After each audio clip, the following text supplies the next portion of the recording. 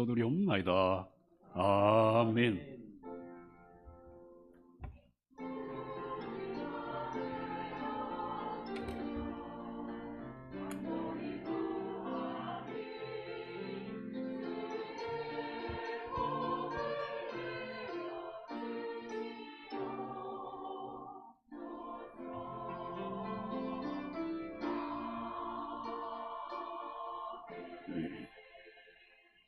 하나님 말씀 창세기 28장 17절에서 22절까지.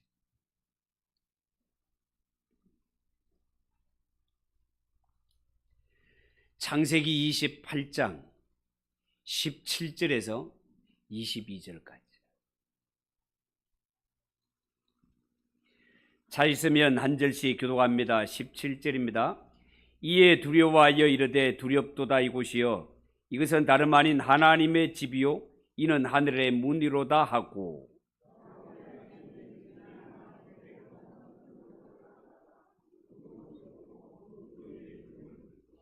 그곳 이름을 베델이라 하였더라. 이 성의 옛 이름은 루스더라.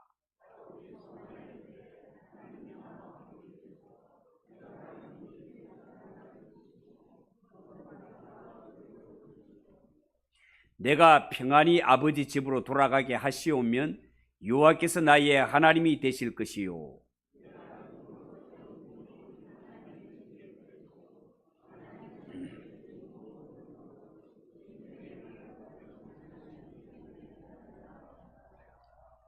아멘. 이 시간 하나님 찬양을 받으신 하나님께 영광의 박수를 올려드리겠습니다. 우리 옆에 분들과 인사합시다. 잘 오셨습니다. 은혜 받읍시다.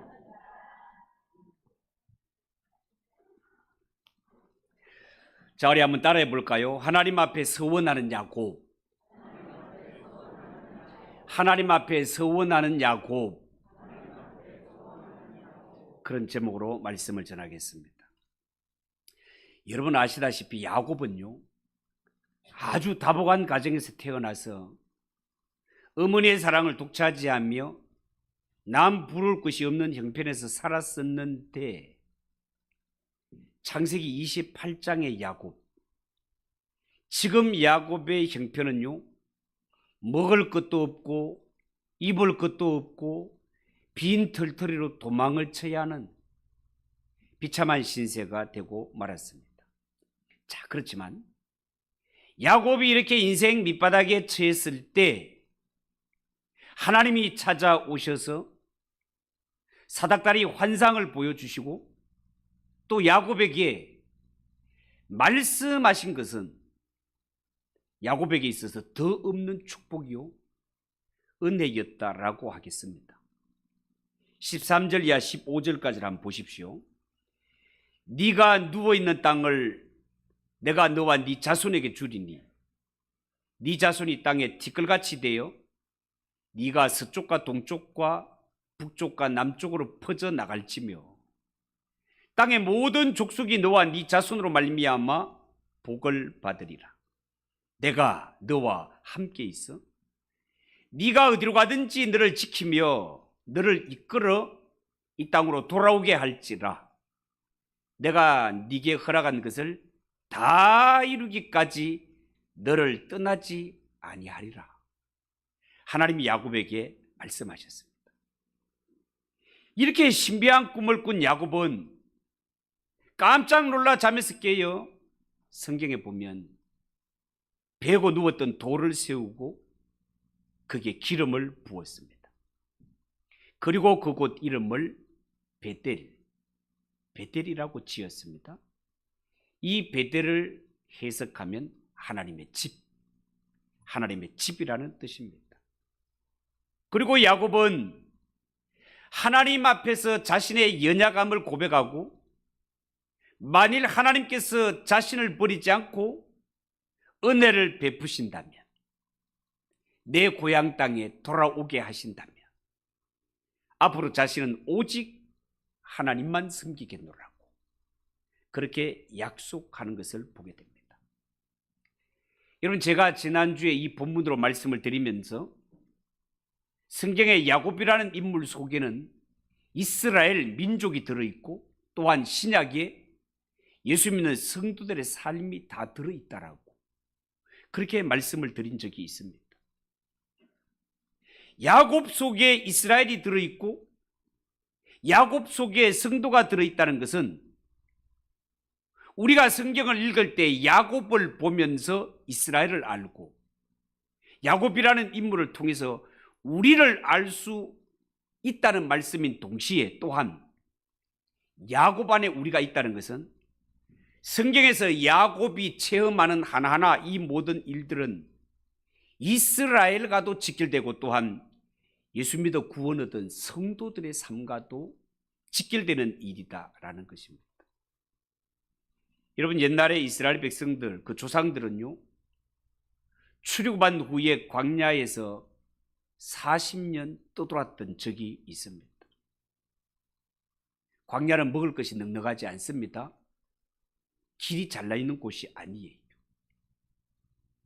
이러한 광야를 40년 동안 헤맨다라는 것은 이 이스라엘 백성들은 물이 없어서 언제 죽을지 모르고 양식이 없어서 언제 굶어서 죽을지 모르는, 또한 이 광야에서 언제 사나운 맹수들을 만날지, 언제 도둑대의 습격으로 죽을지 모르는 이러한 위급한 상황을 40년이나 지냈단 말이에요.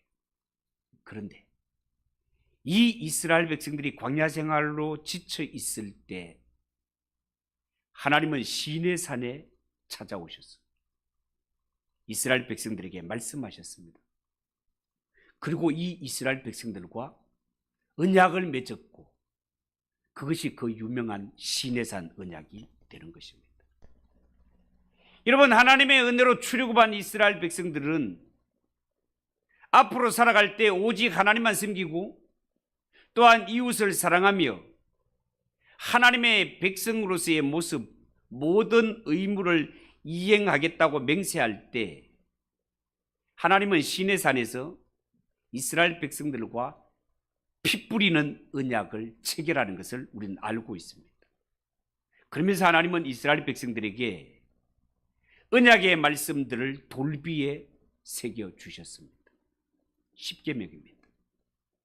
이때부터 이스라엘 백성들은 하나님 앞에 언약 백성으로 거듭나게 되었습니다. 여러분, 이스라엘 백성들이 이제 하나님의 백성이 되었다는 것은 이제부터 이스라엘 백성들의 모든 필요는 누가 책임진다? 하나님이 책임질 것이며, 이스라엘에 가는 길이 아무리 광야 길이고 아무리 많은 위협이 도사리고 있다 하더라도 이스라엘 백성들이 가는 길, 하나님이 선한 목자가 되셔서 그들을 인도하시며 보호할 것이며 하나님의 말씀으로 이 백성을 거룩하게 성숙시키게 될 책임을 하나님이 지게 되었다. 이것이 이스라엘 백성들이 하나님과 언약을 맺었다는 말의 의미가 되겠습니다.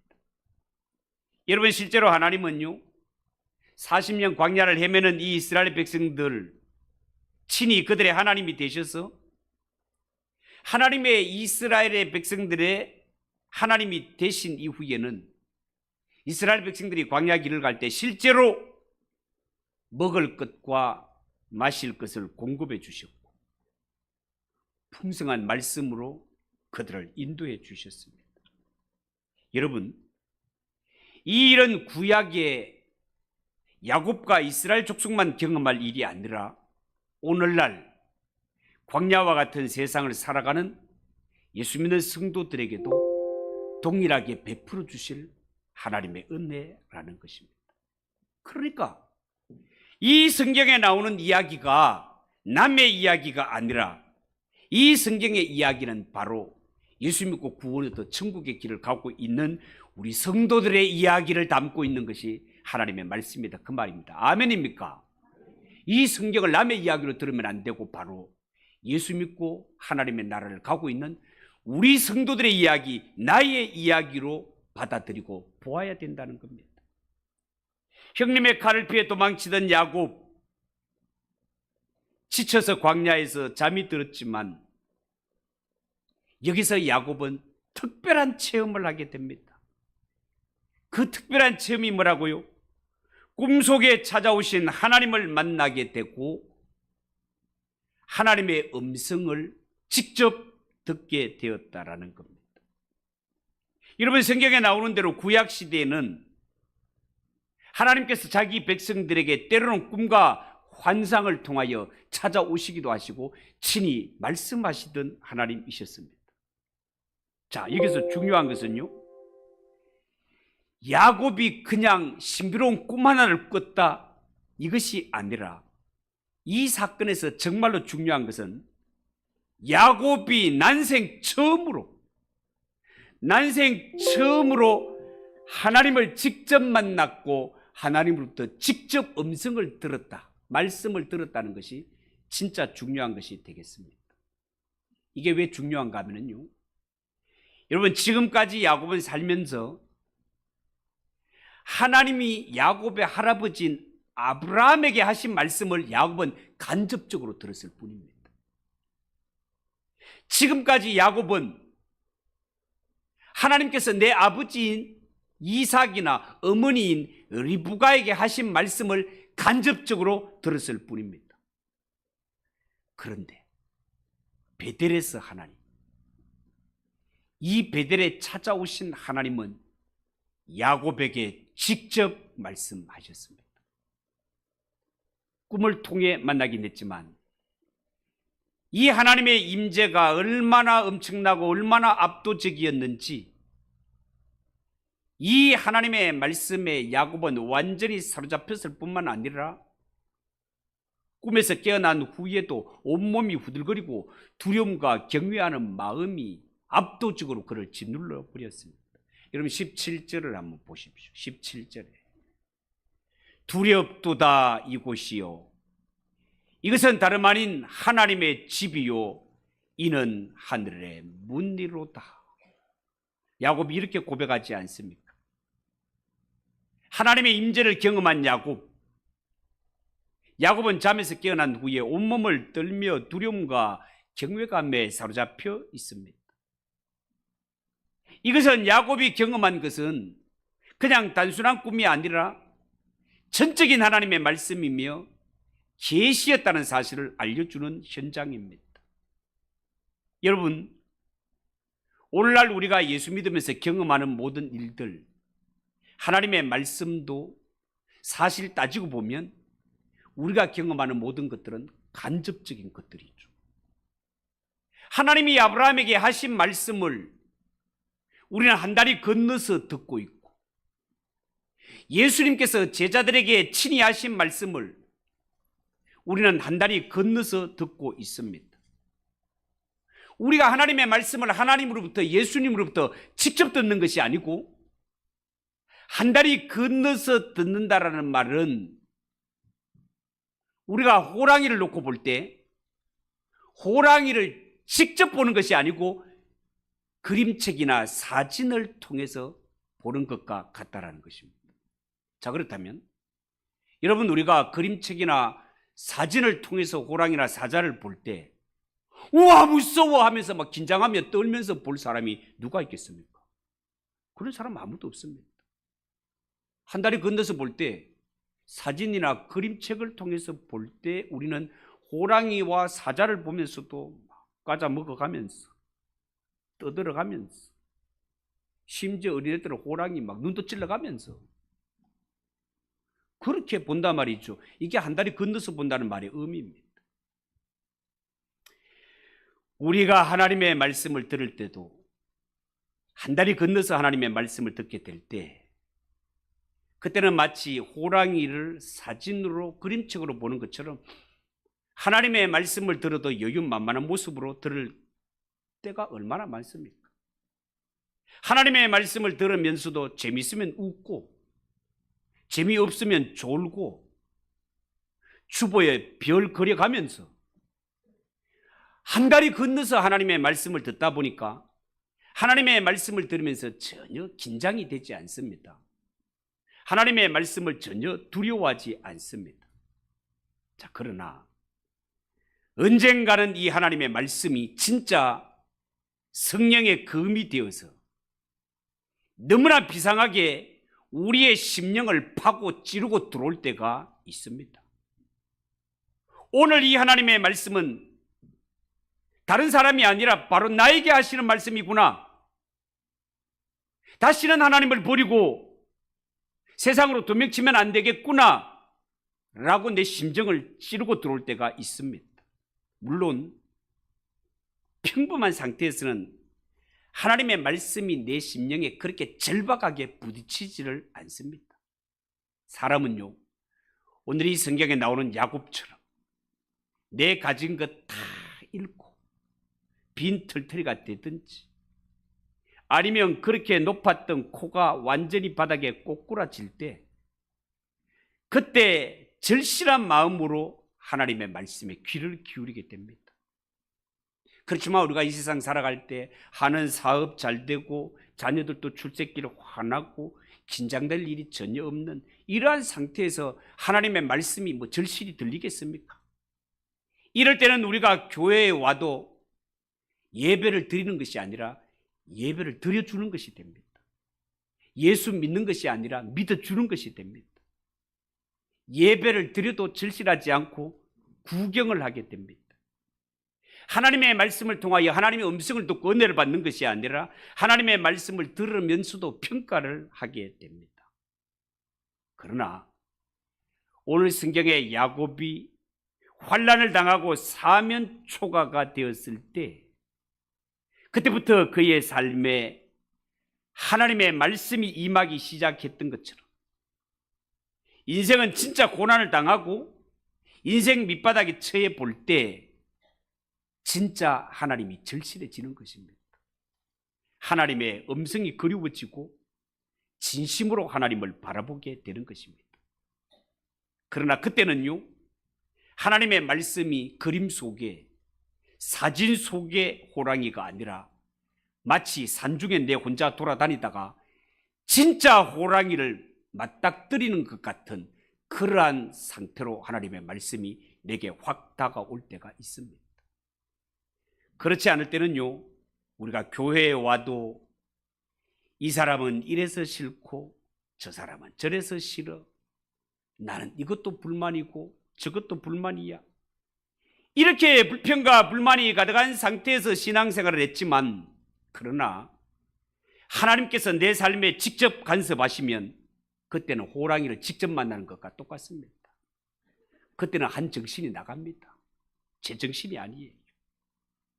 바로 앞에 호랑이가 들이닥쳤는데 딴 정신이 들 틈이 어디에 있겠습니까, 여러분?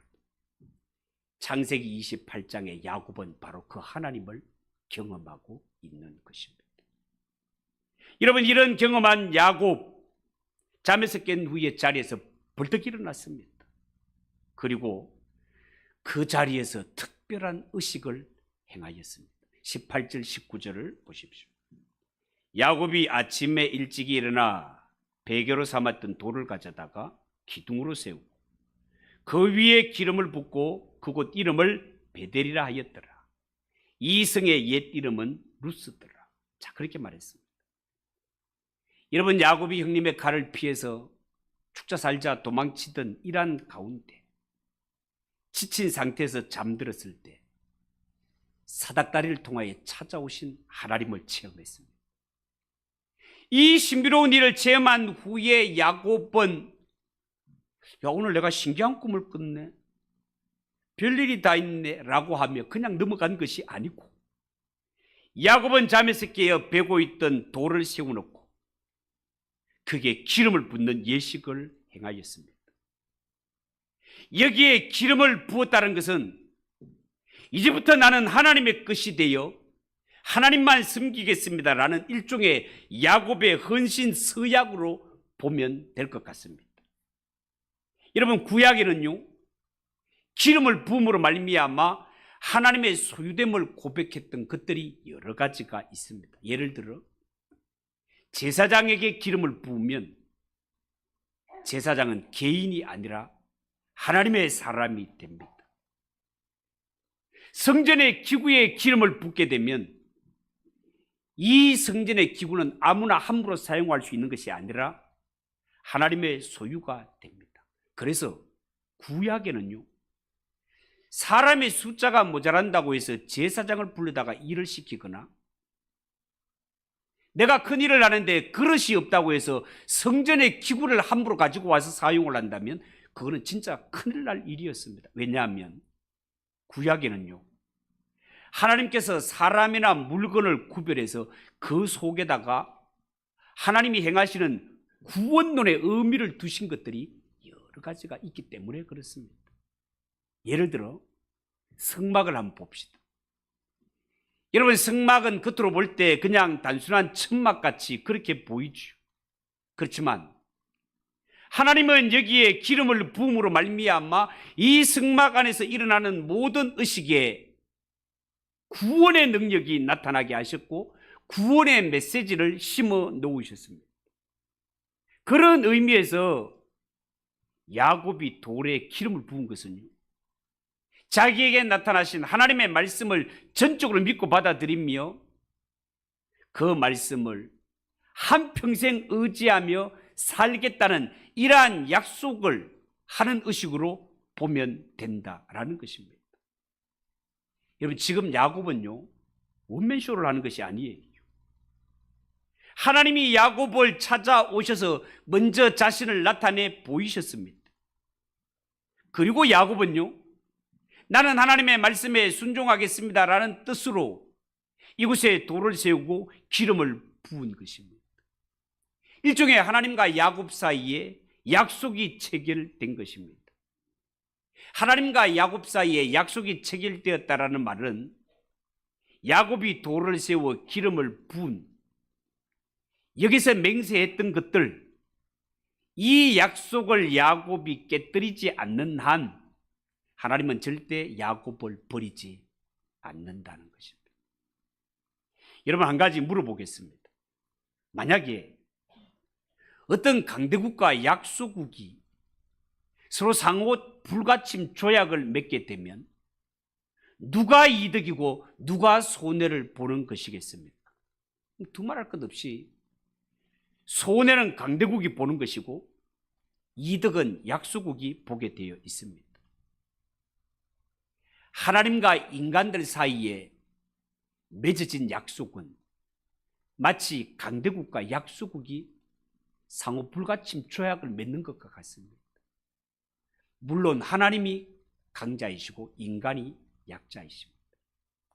그럼에도 불구하고 철없는 인간들은 하나님과 우리 사이에 구원의 약속이 맺어졌건만 구원의 약속이 맺어짐으로 말미암아, 쉬운 말로 표현하면 내가 예수를 믿음으로 말미암아 내가 마치 하나님 앞에서 큰 손해를 보는 것처럼 그렇게 생각하고 여기며 살아가는 자들이 허다하단 말이에요. 왜 그렇습니까?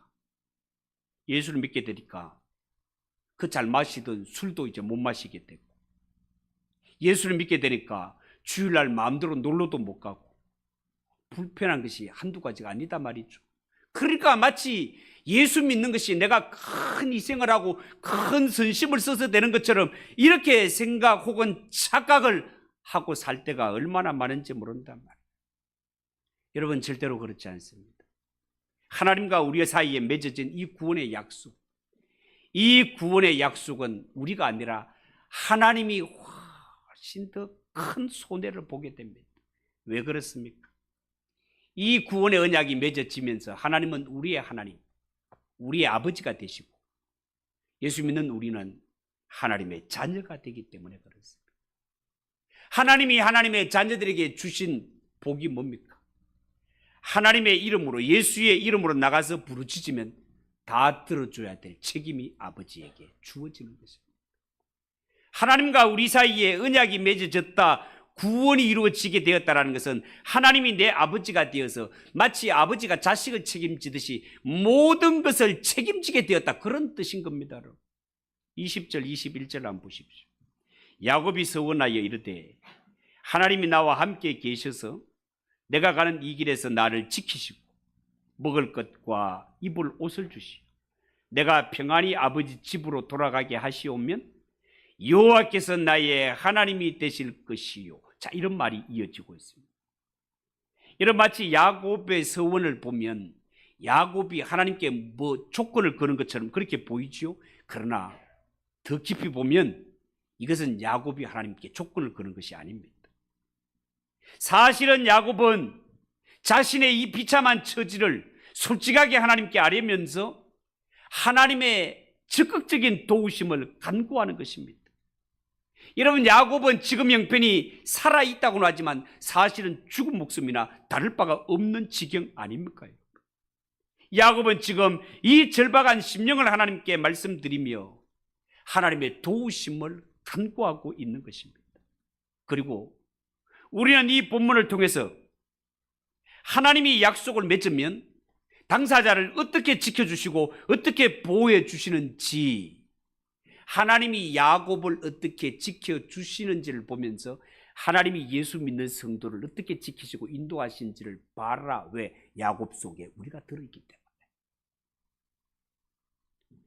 여러분, 야곱이 돌에 기름을 붓고 하나님의 말씀을 의지하며 살기로 결단했을 때 먹는 것이나 입는 것이나 위험에서 보호받는 이 모든 것들은 이제부터는 아버지가 되시는 하나님이 책임지게 될 것입니다.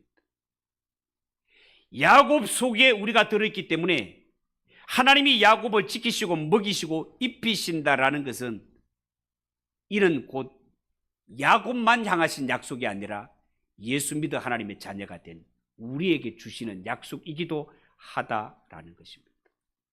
그럼에도 불구하고 우리는 이 사실을 잘 믿지를 못합니다.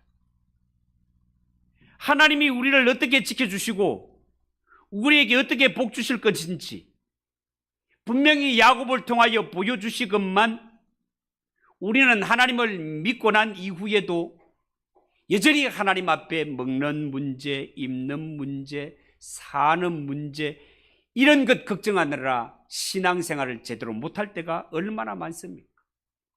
마태복음 6장 31절 이하 우리가 잘 아는 대로 그러므로 염려하여 이르기를 무엇을 먹을까 무엇을 마실까 무엇을 입을까 하지 말라.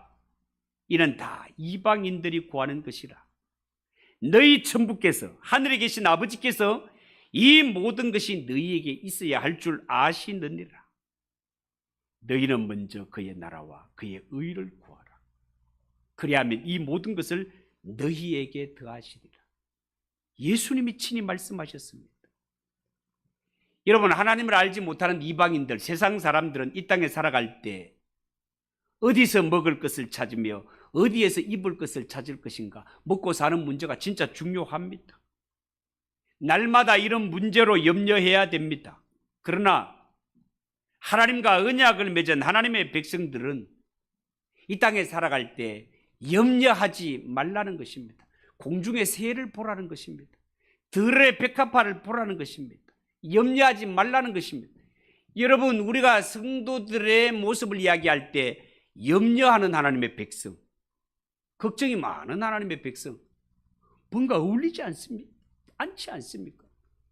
그럼에도 불구하고 우리는 염려와 걱정에 짓눌려서 살아갈 때가 얼마나 많으냐 말이에요. 왜 우리가 전능하신 하나님을 아버지라 부르는 하나님의 자녀이면서도 왜 이런 모습으로 신앙생활을 하는 것입니까? 왜 예수를 믿어도 이렇게 궁핍하게 비참하게 믿는 것입니까? 물론 사람은 너나 할 것 없이 육체를 가지고 있기 때문에 염려할 수 있습니다. 그러나 하나님을 아버지라 부르는 예수 믿는 성도들은 절대로 이 세상 살아갈 때 염려와 걱정에 눌려서 살면 안 됩니다. 작년에 걱정했던 일을 오늘 또 줄기차게 변함없이 껴안고 염려하며 살아서는 안 된단 말이에요. 여러분, 하나님이 이스라엘 백성들과 광야에서 언약을 맺었을 때 그 이후에 이스라엘 백성들의 모습을 보면 그들도 늘 먹고 사는 문제로 하나님을 시험했던 것을 보게 됩니다. 과연 하나님께서 아무것도 없는 이 메마른 광야에서도 우리를 책임지고 지켜줄 수 있는가? 이 문제를 두고 늘 의심하고 늘 걱정했습니다. 그러면서 이스라엘 백성들이 내린 결정이 뭐였습니까? 애굽으로 돌아가자는 것이었어요. 애굽이 훨씬 낫다. 애굽으로 돌아가자라는 것이었어요. 여러분, 사실 오늘날 예수 이름으로 구원받은 성도들, 하나님을 아빠 아버지라 부르고 있는 성도들조차도 광야에서 애굽으로 돌아가자라고 했던 이스라엘의 수준을 넘어서지 못할 때가 얼마나 많습니까? 여러분, 우리가 믿는 하나님은요, 약속을 했다면 지키심에 있어서 변함이 없으신 신실하신 하나님이십니다. 우리를 먹이시고 입히시겠다 말씀하셨다면 반드시 책임지시는 하나님이십니다. 하나님의 백성들은 먼저 하나님의 말씀을 붙들고 하나님의 약속을 붙들면 모든 것은 하나님이 책임지게 되어 있습니다. 그래서 예수님께서는 기도할 때마다 너희는 하나님을 아버지라 부르라고 그렇게 말씀하시는 것입니다. 여러분의 인생들 가운데 자식을 사랑하지 않을 아버지가 누가 있겠습니까? 예수님이 기도를 통해 교훈하실 때도 하신 말씀이 바로 이것 아닙니까? 너희 중에 누가 아들이 떡을 달라 하면 돌을 주며, 누가 생선을 달라 할 때 뱀을 줄 사람이 있겠느냐? 하늘에 계신 너희 천부께서도 너희가 있어야 할 것을 다 아시느니라. 그렇게 말씀하고 있지 않습니까? 여러분, 우리가 살아갈 때 하나님의 말씀에 붙들리고 하나님의 은혜와 능력이 나에게 나타나면 나의 모든 필요를 하나님 아버지가 책임지십니다. 이것이 예수 그리스도를 통하여 우리에게 주신 약속이기도 합니다. 만약에 성도 여러분, 여러분들이 살아가면서 앞으로 모든 부분에 억눌리거나 자유하지 못하는 부분이 있다면 야곱처럼 하나님 앞에 간구하십시오. 하나님, 제가 분명히 하나님의 약속을 믿고 살지만 지금 제가 너무 어려운 처지에 있습니다. 너무 영적으로 눌리고 있습니다. 저를 도와주세요. 저를 도우실 분은 하나님 한 분밖에 없습니다. 하나님만 붙들고 늘어지면 하나님이 도와주십니다. 문제는 구하지 않는 데 있습니다. 구하십시오. 우리의 간구를 들으시는 이는 우리의 아버지이신 하나님이시다, 그 말입니다. 하나님, 저는 이런 문제 때문에 풍성한 삶을 누리지 못하고 있습니다. 하나님, 저는 빚 때문에 죽을 지경입니다. 하나님, 저는 육신의 질병 때문에 점점 평안을 잃어가고 있습니다. 하나님밖에 도와줄 분이 없습니다. 밤낮으로 하나님 앞에 나와 부르짖으십시오. 하나님은 내가 듣고 내가 도와주겠다고 약속하신 분이시고 하나님은 약속하시면 틀림없이 지키시는 분이시기 때문에 그렇습니다. 21절, 22절을 보십시오. 내가 평안히 아버지 집으로 돌아가게 하시오면 여호와께서 나의 하나님이 되실 것이요 내가 기둥으로 세운 이 돌이 하나님의 집이 될 것이요 하나님께서 내게 주신 모든 것에서 10분의 1을 내가 반드시 하나님께 드리겠나이다. 여러분, 이것도 야곱의 조건처럼 보이지만 사실은 조건 아닙니다. 야곱은요, 내 힘으로는 고향 땅 부모님 계신 곳에 평안히 건강하게 돌아갈 가능성이 전혀 없다는 것을 알고 있고 이 사실을 하나님 앞에 고백하고 있는 것입니다. 나를 지금 죽이려고 부리고 있는 자가 누굽니까? 형님 에서입니다. 야곱에게 있어서 형님 에서는 나보다 나이가 10살 많은 뭐 그런 형님이 아니고 쌍둥이 형입니다. 쌍둥이. 그러니까 특별한 일이 없으면 나이 많아 병들어 죽을 일은 없습니다. 왜요? 나하고 형편이 똑같기 때문에 그렇습니다. 그러나 만약에 내가 집에 돌아가게 된다면, 건강한 몸으로 다시 고향 땅을 밟게 된다면 이 모든 것이 하나님의 은혜인 줄 알고 은혜 베풀어 주신 하나님만 내 평생 섬기겠습니다를 고백하고 있는 것입니다. 여러분, 명심하십시오. 우리가 하나님 앞에 하는 이 신앙생활은요, 인생을 살아가면서 그냥 딱 한 번 하나님 만난 것으로 끝나버리면 안 됩니다. 하나님 한 번 만난 것으로 끝나면 안 되고 이 전능하신 하나님을 나의 하나님으로 모시고 살아야 됩니다. 지금까지 우리의 삶이 하나님의 손에 붙잡히지 않기 위해 가지고 미꾸라지처럼 요리조리 빠져다니는 이런 삶을 살았다면 그러한 삶을 청산하시고 전능하신 하나님의 손에 붙잡히는 삶을 사시기 바랍니다. 성도는요, 하나님의 손에 붙잡히는 것이 참 신앙의 길이요, 하나님을 보나 나를 보나 잘 되는 길입니다. 여러분, 성도의 삶은 이 세상에 얼마나 오래 사는가가 문제가 아니고 내가 사는 삶이 하나님이 인정하시는 바른 삶인지 가치 있는 삶인지 하나님이 인정하시는 삶인지가 진짜 중요한 건데, 세상의 모든 사람들은 얼마나 오래 살까 여기에만 집중해서 사는 것 같습니다. 그렇지 않습니다. 성도는 단 하루를 살아도 주님과 동행하고 성령의 손에 붙들려 하나님이 기뻐하시는 복된 삶을 살아가는 자가 성도의 삶이라는 것을 명심하시고, 하루를 살더라도 하나님께 붙들려 복된 삶을 살아가는 저와 여러분 되시기를 주님의 이름으로 축복합니다. 기도하겠습니다. 하나님 아버지, 은혜를 감사합니다. 오늘 이 야곱이 하나님 앞에 서원하는 것을 보면서 여러 가지를 우리가 살펴봅니다. 하나님 아버지, 우리는 하나님을 한번 만난 것으로 끝나지 말고 그 전능하신 하나님을 내 삶의 나의 아버지로, 나의 선한 목자로 모시고 한평생 하나님과 동행하는 삶을 살아가는 성도들이 되게 하옵소서. 예수님의 이름으로 기도하옵나이다. 아멘. 538장 찬송하겠습니다.